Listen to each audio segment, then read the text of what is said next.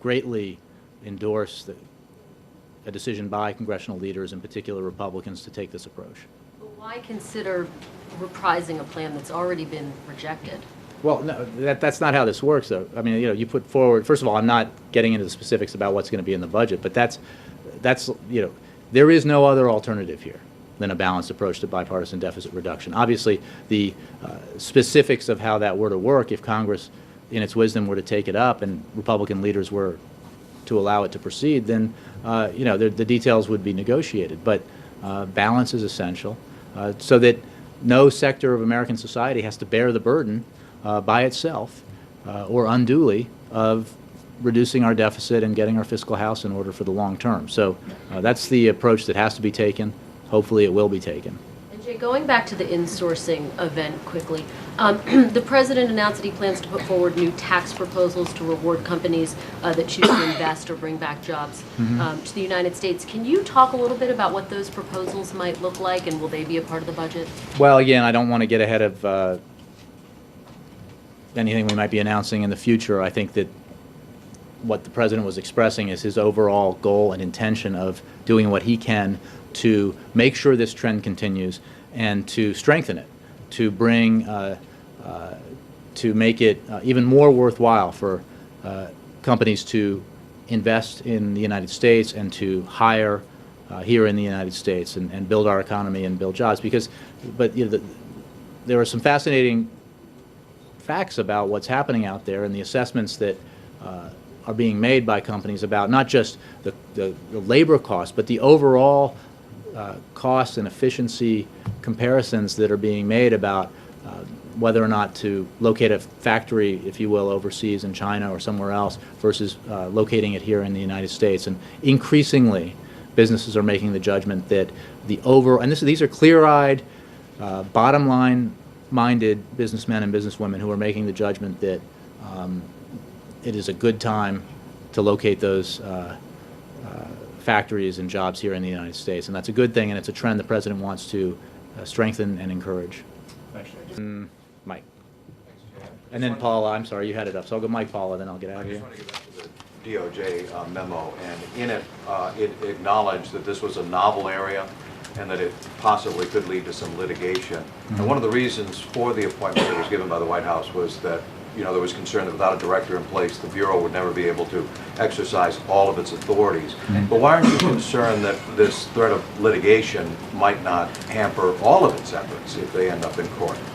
Well, because we believe our legal argument is very strong, will absolutely pass muster, and the fact that hypothetically there might be a legal challenge to it doesn't mitigate against the fact that Richard Cordray is the consumer watchdog. He is in place, making sure that Americans are protected from payday lenders and non-bank financial institutions and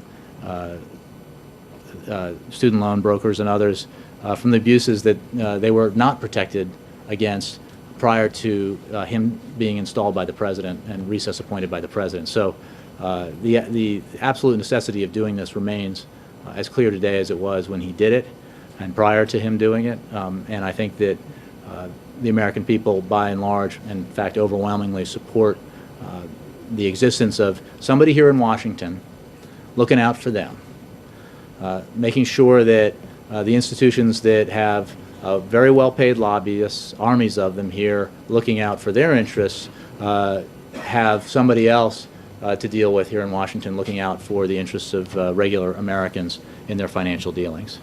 Administration ready for those fights when they do come? Well, I would just refer you to the OLC memo. Yes, Paula. The memo says that the president has appointed him, but the memo does not address the underlying question of whether a recess appointment is the same as a confirmation, because the 2010 law that established the Bureau said the new powers come to an appointee who is confirmed. Is the president saying his recess appointment is legally the same as a confirmation by the Senate? The president is saying that in recessing appointing Richard Cordray has absolutely the powers he needs to fulfill his responsibilities in that job. And there have been a number of rather enlightening instances in the past 24 hours of confirmation by unusual sources of the fact that the House and Senate are indeed in recess.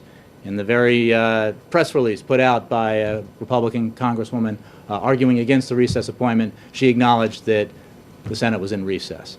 I believe on the House Majority Leader's website today, it said the House was not in recess. So, I mean, not in session. So, look, I mean, you know, anybody who doubts this, any American who doubts that this is a recess appointment, should, through you, take a look at what's happening on Capitol Hill and argue to and have Congress argue that they're in session, they're doing their jobs on Capitol Hill when in fact they're not even around.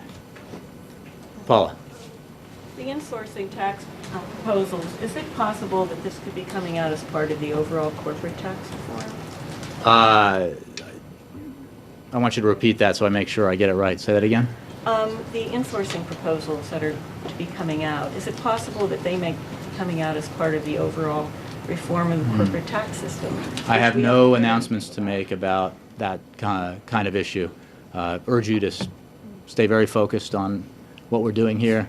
State of the Union address is coming up. The release of the budget is coming up. Lots of really interesting things to cover.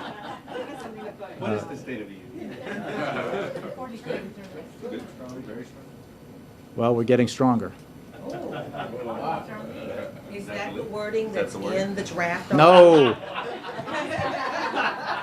Thank you all very much.